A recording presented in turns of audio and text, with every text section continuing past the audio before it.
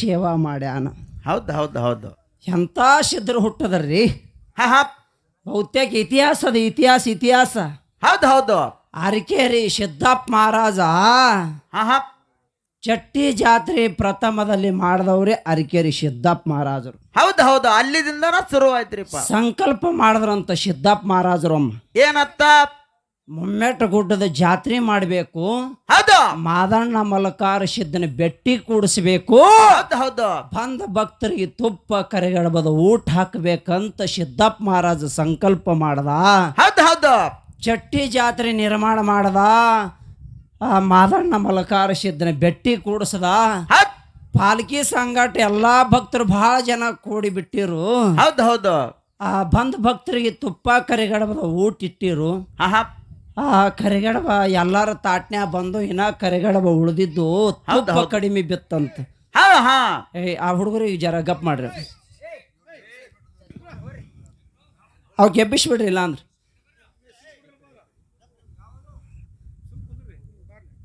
ಆ ಸಮಯದೊಳಗ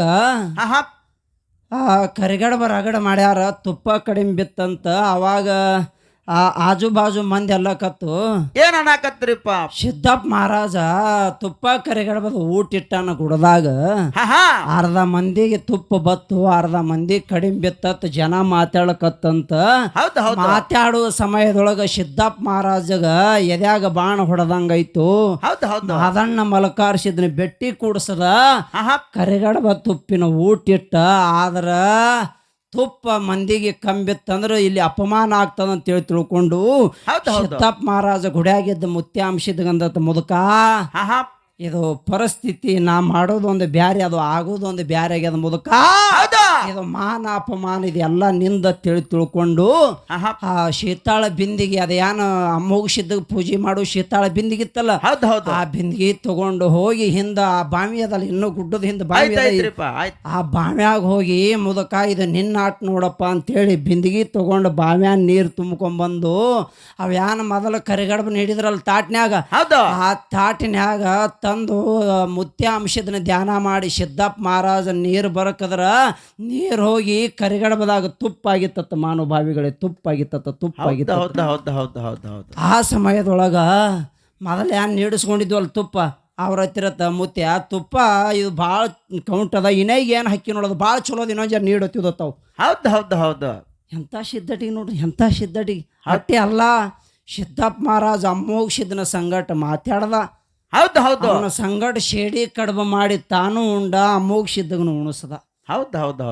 ಎಂಥ ಸಿದ್ಧರು. ಅಟ್ಟೆ ಅಲ್ಲ, ಸಿದ್ದಪ್ಪ ಮಹಾರಾಜ ಮುತ್ಯ ಅಮ್ಮೋಗ ಸಿದ್ಧ ಕೇಳದನಂತ. ಏನ್ ಕೇಳ್ತಾರ್ರಿಪ್ಪ? ಮುತ್ಯ ನನಗ ದೀಕ್ಷಾ ಆಗ್ಬೇಕಾಗ್ಯದ, ನೀ ದೀಕ್ಷಾ ಕೊಡುವಂದ. ಮುತ್ಯ ಅಮೋಕ್ಷದಂದ ಏನತ್ತಾರ್ರಿ? ನಿನಗ ದೀಕ್ಷಾ ನಾ ಕೊಡಂಗಿಲ್ಲ ಅಂದ. ಹೌದಾ? ಮತ್ತ ನನಗೆ ಯಾರು ದೀಕ್ಷಾ ಕೊಡ್ತಾರಂತ ಕೇಳ್ದಿವ. ಅವಾಗ ಮುತ್ಯ ಅಮೋಕ್ಷ ಹೇಳ್ದ, ನಿನಗ ದೀಕ್ಷಾ ಕೊಡಾವ ಲಚ್ಚಾಣ ಮಠದಾಗ ಸಿದ್ಧಲಿಂಗ ತಿಳಿ ಅದಾನ, ಅವನ ಕಡೆ ಹೋಗಿ ನೀ ದೀಕ್ಷಾ ತಗೋ ಅಂದ. ಅವಾಗ ಸ್ವಲ್ಪ ಅಭಿಮಾನ ಕಾಡ್ಲಕತ್ತು ಸಿದ್ದಪ್ಪ ಮಹಾರಾಜಗ. ಹೌದು, ಏನ್ ಕಾಡಾಕತ್ರಿಪ್ಪ? ಅವ ಪಂಚಾಳ ಬಡಗ್ಯಾರ ಅದಾನ, ಅವನ ಕಡೆಯಿಂದ ನಾ ಹೆಂಗ್ ದೀಕ್ಷಾ ತಗೋಲಿ ಅಂತ ಇವ ಮನಸ್ಸಿನೊಳಗೆ ಸ್ವಲ್ಪ ಸಂಕಲ್ಪ ಮಾಡ್ದ. ಹೌದು. ಇನ್ನು ಅನಿವಾರ್ಯ ಸಿದ್ದಪ್ಪ ಮಹಾರಾಜಗ ಅಮ್ಮೋಕ್ಷದಂದ, ಮಗನ ಲಚ್ಚಾಣ ಮಠಕ್ಕೆ ಹೋಗು, ಅಲ್ಲಿ ಹೋದ್ರೆ ನೀನು ದೀಕ್ಷೆ ಆಗ್ತದಂದ. ಅವಾಗ ಸಿದ್ದಪ್ಪ ಮಹಾರಾಜ ಸ್ವತಃ ತಾನೇ ಲಚ್ಚಾಣ ಮಠಕ್ಕೆ ಬಂದ. ಲಚ್ಚಾಣ ಮಠಕ್ಕೆ ಬಂದಿನ ಲಚ್ಚಾಣ ಮಠದಾಗ ಕಾಲು ಹಾಕ್ತಿದ್ದ. ಸಾಕ್ಷಾತ್ ಲಚ್ಚಾಣ ಸಿದ್ಧಲಿಂಗ ಅಮೋಕ್ಷದನ ಪ್ರತಿರೂಪ ತೊಟ್ಟು ಆ ಹುಡ್ಯದ ಮುಂದೆ ನಿಂತು ಬಿಟ್ಟಿದ್ದ. ಅವಾಗ ಹೋಗಿ ಪಾದಿಗೆ ಬಿದ್ದ, ಯಪ್ಪ ನಾ ಬಹುತೇಕ ನೀ ಪಂಚಾಳ ಬಡಗ್ಯಾರ ಮದಿ, ನಿನ್ನ ಕೈಲಿ ನಾ ಹೆಂಗೆ ದೀಕ್ಷಾ ತೋಲೆ ಅಂತ ಸ್ವಲ್ಪ ಮನಸ್ಸಿನೊಳಗೆ ನಾನು ಸಂಕೋಚ ಪಟ್ಕೊಂಡೆ. ಯಪ್ಪ ಅಮ್ಮೋಕ್ಷದನ ರೂಪನೇ ನಿಂದದ, ನಿಂದೇ ರೂಪ ಅಮ್ಮೋಕ್ಷದಗದ, ನಂದು ತಪ್ಪಾಯ್ತು, ಈಗ ನನಗೆ ಕ್ಷಮಾ ಮಾಡು, ನನ್ನ ದೀಕ್ಷಾ ಕೊಡು ಅಂದ. ಅವಾಗ ಲಚ್ಚಾಣ ಸಿದ್ಧಲಿಂಗ ಹೇಳ್ತಾನೆ, ಸಿದ್ದಪ್ಪ ಬಂದವ್ರಿಗೆಲ್ಲ ದೀಕ್ಷಾ ಕೊಡ್ಲಾಕಿದೇನೋ, ಉಳ್ಳಾಗಡ್ಡಿ ಇದು ಬಾಜಾರ್ದಾಗಿನ ಕಾಯಿಪಲ್ಯ ಉಳ್ಳಾಗಡ್ಡಿ ಬದನೆಕಾಯಿ ಮಾಡಿ ಏನೋ ಅಂದ. ಮತ್ತೆ ಹೆಂಗ್ ಮಾಡ್ಬೇಕಪ್ಪ ದೀಕ್ಷಾ ತಗೋಬೇಕಂದ್ರ ಅರಿಕೇರಿ ಸಿದ್ದಪ್ಪ ಮಹಾರಾಜ್ ಕೇಳ್ದ.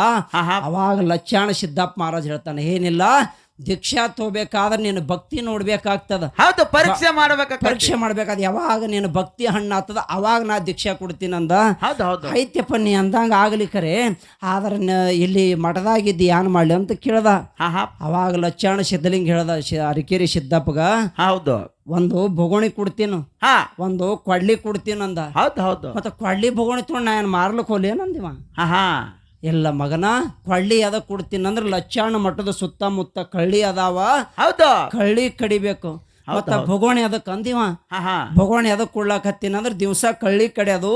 ಈ ಬೊಗೋಣಿ ಅಲ್ಲೇ ಕಳ್ಳಿ ಸಾಲ್ಯ 3 ಒಲಿಗುಂಡು ಹೂಡಿ ದಿವಸ ₹1 ಕೊಡ್ತೀನು. ಅಕ್ಕಿ ತಗೊಂಬಂದು ಬೊಗೋಣ್ಯಾಗ ಕುದಿಸೋದು, ನನಗಿಟ್ಟು ಉಣಿಸೋದು, ನೀಟ್ ಉಣೋದು, ದಿವಸ ಅಲ್ಲೇ ಕಳ್ಳಿ ಕಡಿಯೋದು.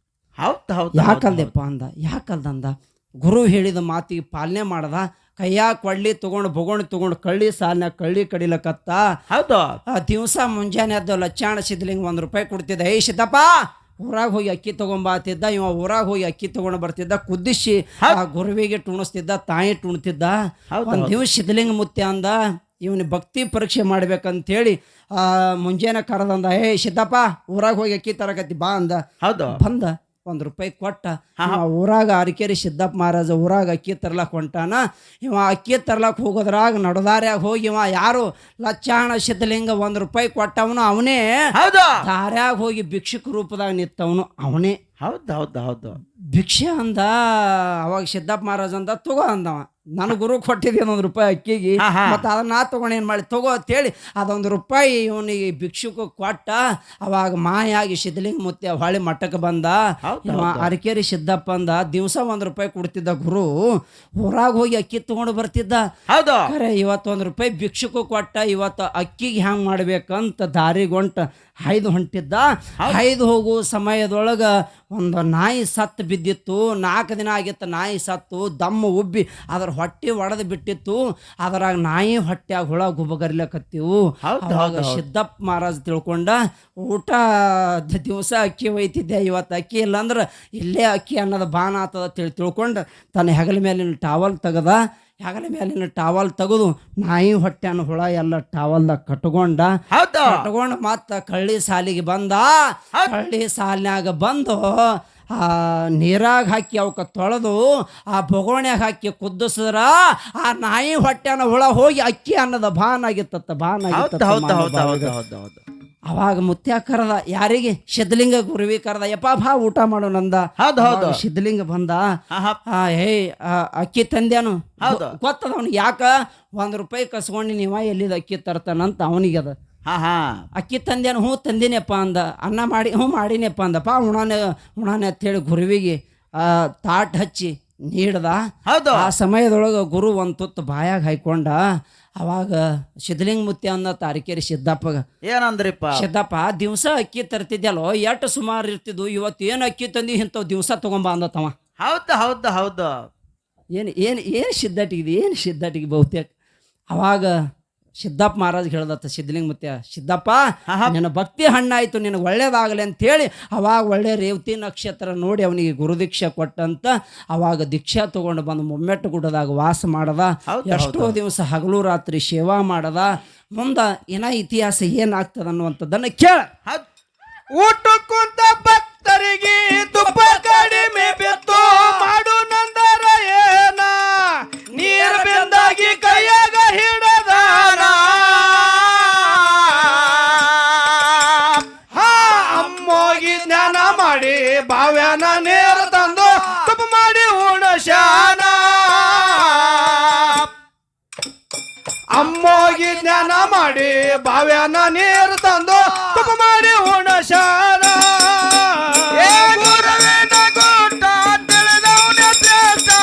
ಅವನಿಗಂದರು ಜಾನ, ಮನಸ್ಸಿಗೆ ಹಾಕೊಂಡ್ರ ಮಗದಾನ. ದೇವರ ಭಕ್ತಿ ಮಾಡಿ ದೇವರ ನಸಿಕೊಂಡು ಅರಕೇರಿ ಸಿದ್ದಣ್ಣ. ದೇವರ ಭಕ್ತಿ ಮಾಡಿ ದೇವರ ನಸಿಕೊಂಡು ಅರಕೇರಿ ಸಿದ್ದಣ್ಣ.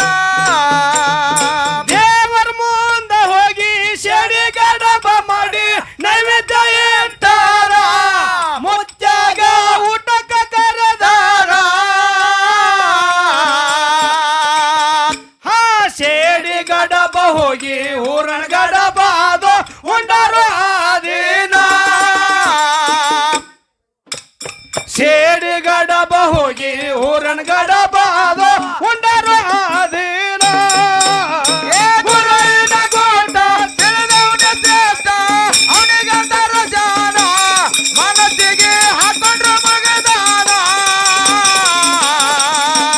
ದೇವರ ಭಕ್ತಿ ಮಾಡಿ ದೇವರ ನಸಿಕೊಂಡ್ರು ಅರಿಕರಿಸಿದ್ದಣ್ಣ ದೇವರ ಭಕ್ತಿ ಮಾಡಿ ದೇವರ ನಸಿಕೊಂಡು ಅರಿಕರಿಸಿದ್ದಣ್ಣ ನಂಬಿಗೆಟ್ಟ ಭಕ್ತರಿಗೆ ನೆರಳಾದ ಸಿದ್ದಣ್ಣ ಎಂತದು ದಯ ಗುಣ ಶಿಷ್ಯರದು ಬಿಡಿಸನು ಬಂಧನ ಹಾಸಿಗೆ ಹುಣಸಗ ಬಡಿಗೆನ ಮನೆಗೆ ಹತ್ತಿದ ಬೆಂಕಿ ಮಳಿಕೊಟ್ಟು ಹರ್ಷನ ಸೀಗಿ ಹುಣಸಗ ಬಡಿಗೆನ ಮನೆಗೆ ಹತ್ತಿದ ಬೆಂಕಿ ಮಳಿಕೊಟ್ಟು ಹರ್ಷನ ಗುರುವಿನ ಗೋಟ ತಿಳಿದವನ ಶ್ರೇಷ್ಠ ಅವನಿಗಂತರ ಜಾನ ಮನಸ್ಸಿಗೆ ಹಾಕೊಂಡ್ರು ಮಗದಾನ ದೇವರ ಭಕ್ತಿ ಮಾಡಿ ದೇವರ ನಸಿಕೊಂಡು ಅರಿಕರಿಸಿದ್ದಣ್ಣ ದೇವರ ಭಕ್ತಿ ಮಾಡಿ ದೇವರ ನಸಿಕೊಂಡು ಅರಿಕರಿಸಿದ್ದಣ್ಣ ನಂಬಿಗೆಟ್ಟ ಭಕ್ತರಿಗೆ ನೆರಳಾದ ಸಿದ್ದಣ್ಣ ಎಂತದು ದಯ ಗುಣ ಶಿಷ್ಯರದು ಬಿಡಿಸನು ಬಂಧನ ಹಾಸಿಗೆ ಹುಣಸಗ ಬಡಿಗೆನ ಮನೆಗೆ ಹತ್ತಿದ ಬೆಂಕಿ ಮಳಿಕೊಟ್ಟು ಹರ್ಷನ ಸೀಗೆ ಹುಣಸಗ ಬಡಿಗೆನ ಮನೆಗೆ ಹತ್ತಿದ ಬೆಂಕಿ ಮಳಿಕೊಟ್ಟು ಹರ್ಷನ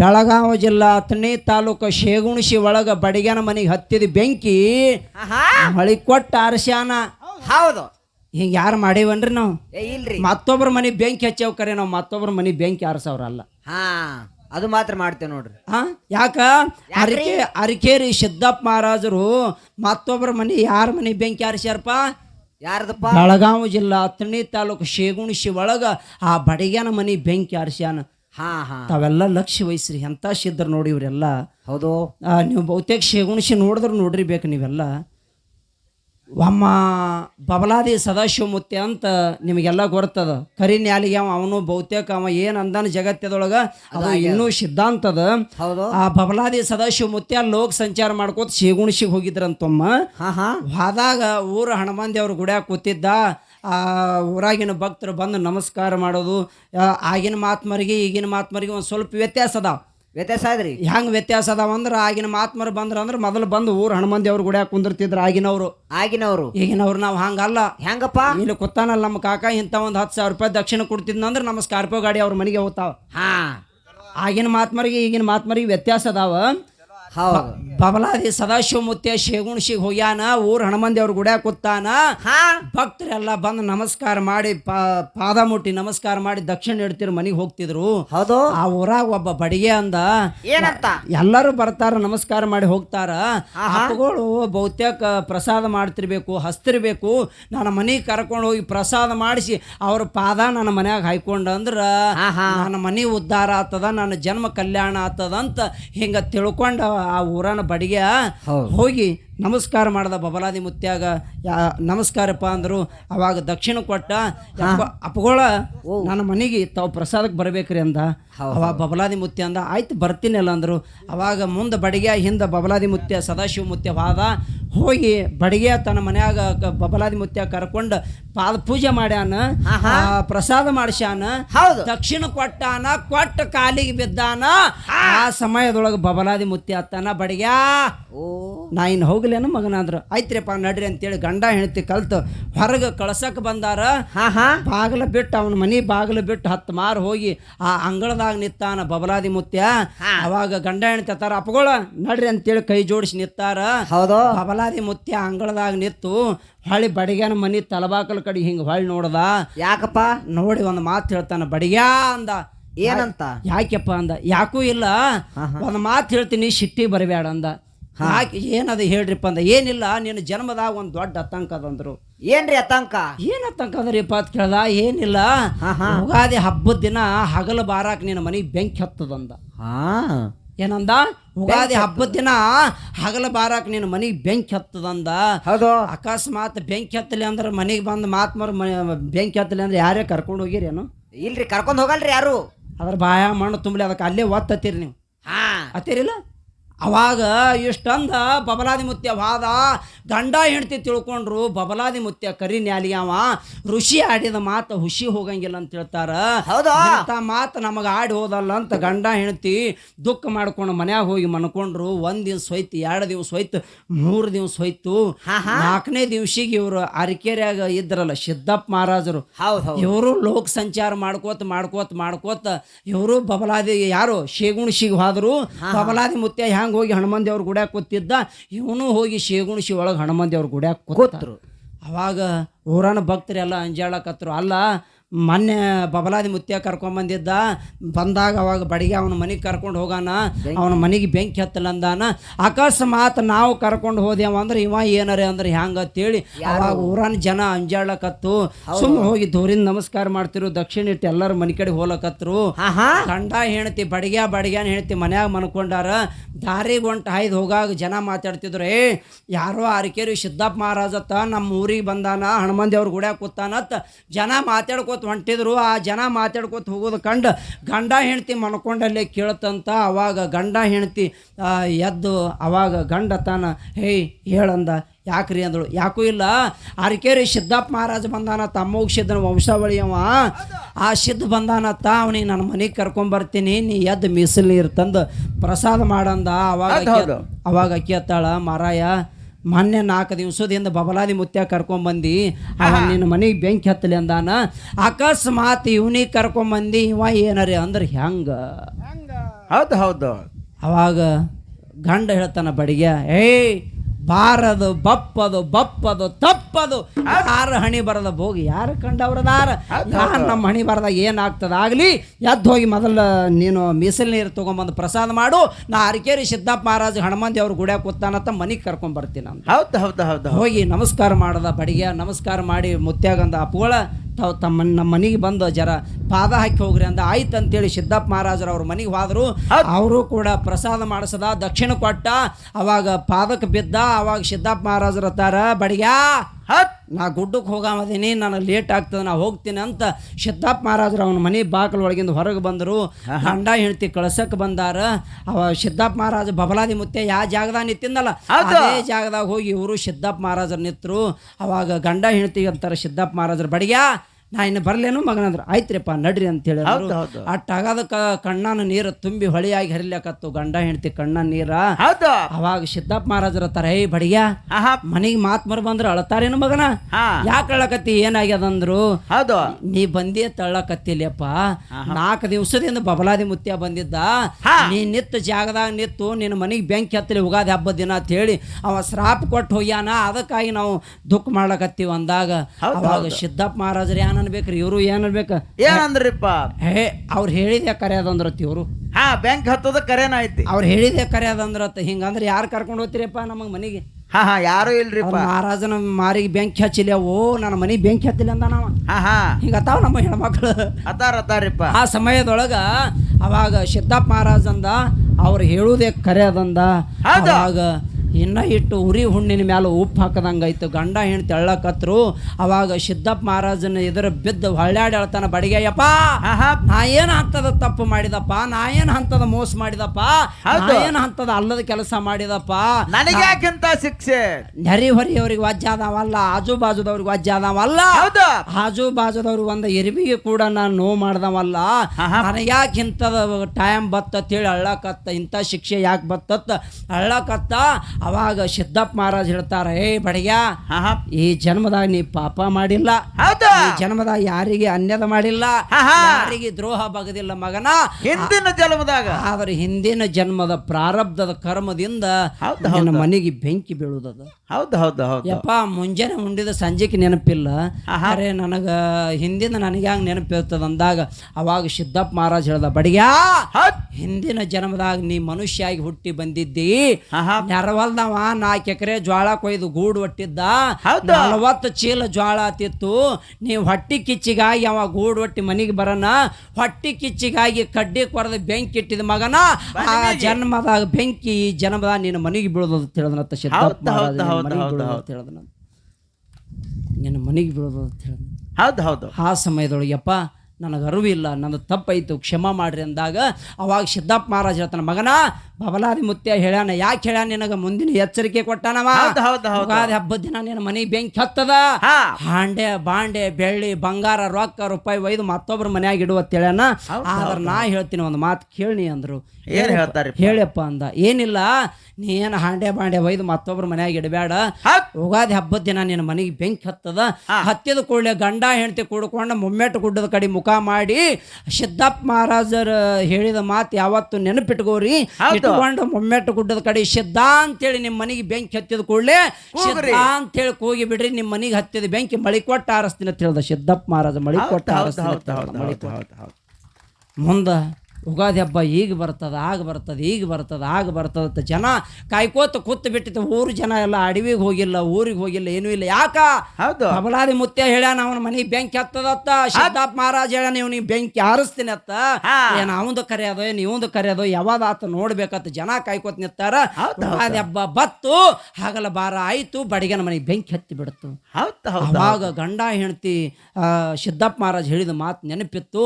ಮುಮ್ಮೆಟ್ಟು ಗುಡ್ಡ ಕಡೆ ಮುಖ ಮಾಡಿ, ಹೇ ಸಿದ್ಧ, ನಮ್ಮ ಮನೆಗೆ ಬೆಂಕಿ ಹತ್ತದಪ್ಪ, ಕಣ್ಣು ತೆರಿ ಅಂದಾಗ ಮುಮ್ಮೆಟ್ಟು ಗುಡ್ಡದ ಮೇಲೆ ಇದ್ದಿರ್ತಕ್ಕಂಥ ಸಿದ್ದಪ್ಪ ಮಹಾರಾಜ ಅಥಣಿ ತಾಲೂಕು ಬೆಳಗಾವಿ ಜಿಲ್ಲಾ ಶೇಗುಣಸಿ ಒಳಗ ಬಡಿಗನ ಮನೆಗೆ ಹತ್ತಿದ ಬೆಂಕಿ. ಸಿದ್ದಪ್ಪ ಮಹಾರಾಜ ಜಾಡಿ ಬೀಸಿ ಮಳಿ ಕೊಟ್ಟು ಆರಿಸದನಂತ ನೋಡ್ರಿ. ಮಾನವಭಾವಿಗಳೇ, ಮಳಿ ಕೊಟ್ಟು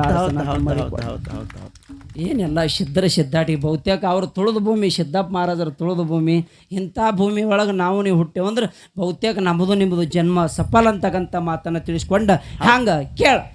ನಂಬಿಗಿಟ್ಟ ಭಕ್ತರಿಗೆ ನೆರಳಾದ ಸಿದ್ದಣ್ಣ ಎಂತದು ದಯ ಗುಣ, ಶಿಷ್ಯರದು ಬಿಡಿಸನು ಬಾಂಧಣ.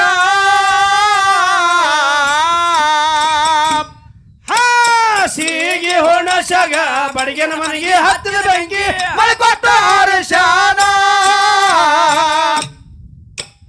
ಸೀಗಿ ಹೊಣಸಗ ಬಡಿಗೆನ ಮನೆಗೆ ಹತ್ತಿದ ಬೆಂಕಿ ಮಳೆ ಕೊಟ್ಟ ಹರ್ಷಾನ.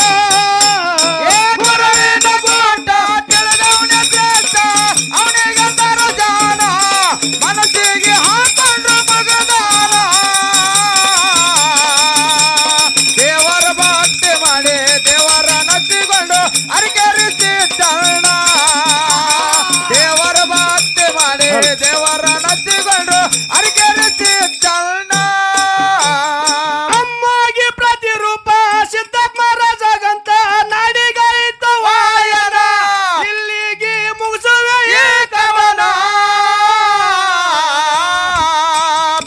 ಬಹುತೇಕ ನಮ್ಮ